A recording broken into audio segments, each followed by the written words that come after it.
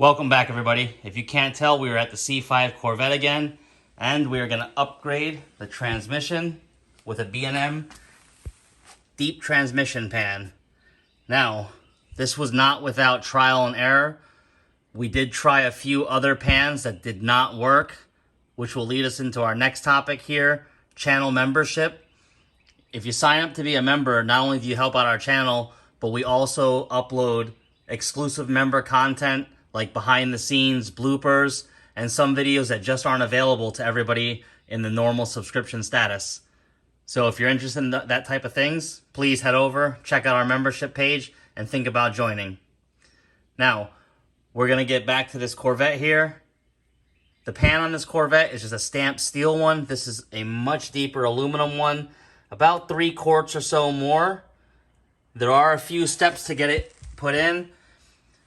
Few things that you want to pick up before you start. This cheap cork gasket they include, they generally always leak. So go ahead and just buy a steel core one, and that's the Summit number right there for the 4L60E 700R4. They're all the same. We're also going to have some parts that come with the B&M kit, like some extensions and everything, and it's all in the instructions, and we'll go along and talk about it as we get to install it. But the first thing we got to do is get the vehicle up on jacks or a lift and drain the transmission fluid. That's the factory one. It's a stamped steel pan. Give you a reference of how it looks sitting. It's pretty much tucked up just a hair. We got a small transmission leak here, so we might add some Lucas to it. I'm not sure where that's coming from, but we definitely don't want it to continue to leak. First thing we're going to do is probably pop off that drain plug or the fill plug right there, and then start slowly taking this pan down and letting it drain into a bucket. Alright, the drain plug was a 13/16, and we're just going to let it drain and get as much as we can out of that fill hole there, and it'll be less messy when you're taking down all the pan bolts. I believe those pan bolts are 1/2 inch, so you gotta go all the way around, take them all off, but loosen all of them first, and then work one corner at a time and let it drain.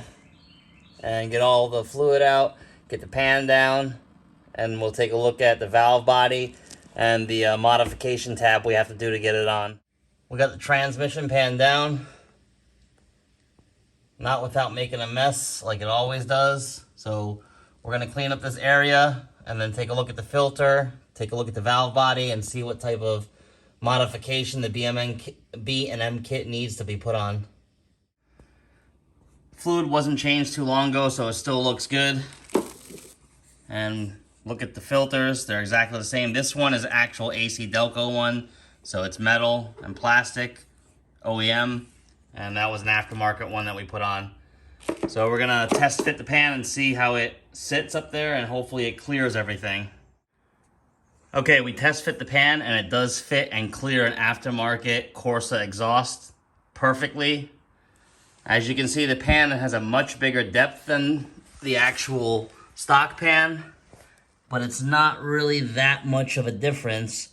Where you're gaining the depth is all the areas that are just flat or not filled in down there. Takes advantage of all the interior space in there. So you get about 3 more quarts out of it. And it's got the fins on it. We're gonna get everything cleaned up and put that clip on the valve body that holds the filter up in place, because this is a deep pan. All right, this is a little clip they're talking about that holds the filter in. If you got a 4L60 or 4L65, that's the way it needs to be oriented.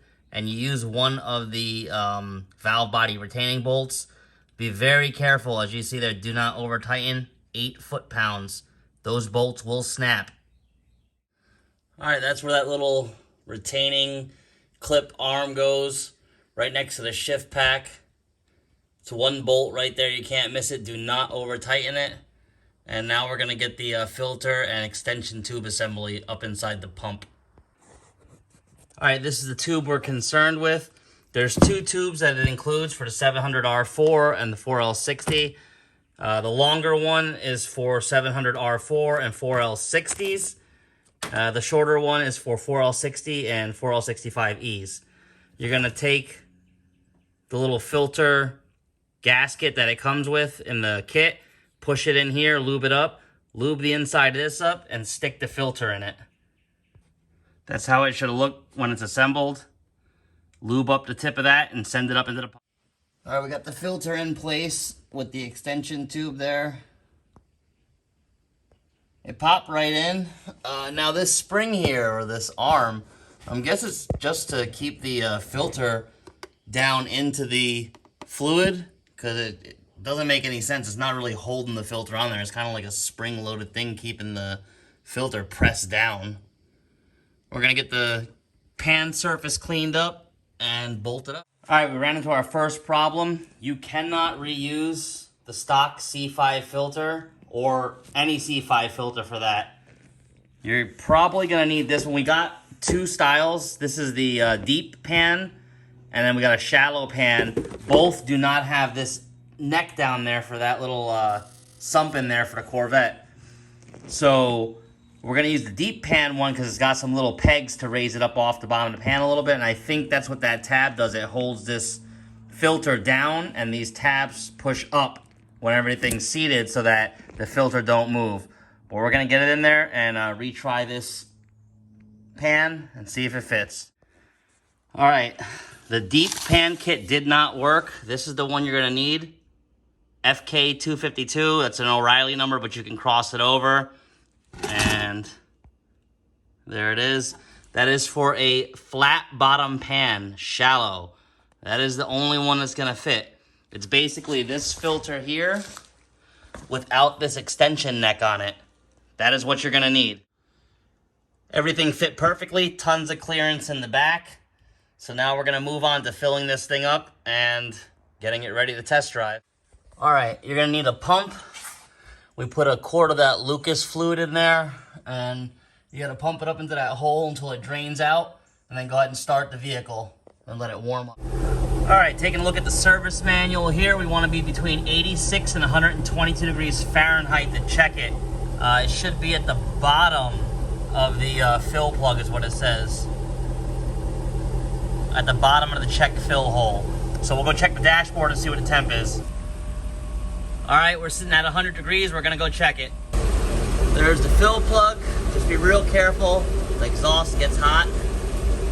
And we're supposed to have fluid just kind of dribble out of there, and we'll see where it's at. All right, so it's a little over full. Just gonna let that drain down a little bit until it levels out, or at least comes to a little stream here.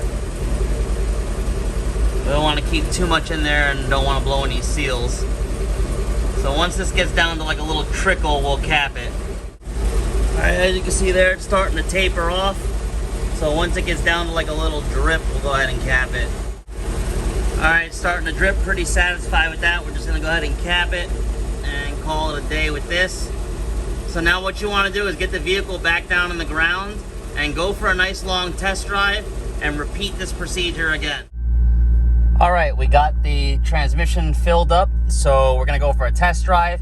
The average temperatures were about 205 to 220.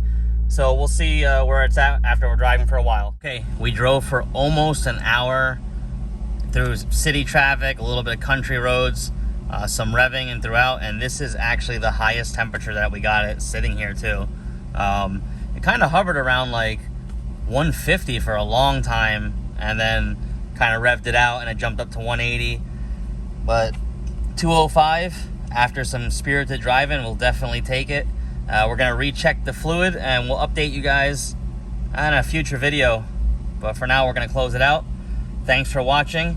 And if you haven't already thought about it, head over to the membership channel, check it out. We have behind the scenes videos like this Corvette being at the National Museum. So until next time, thanks for watching.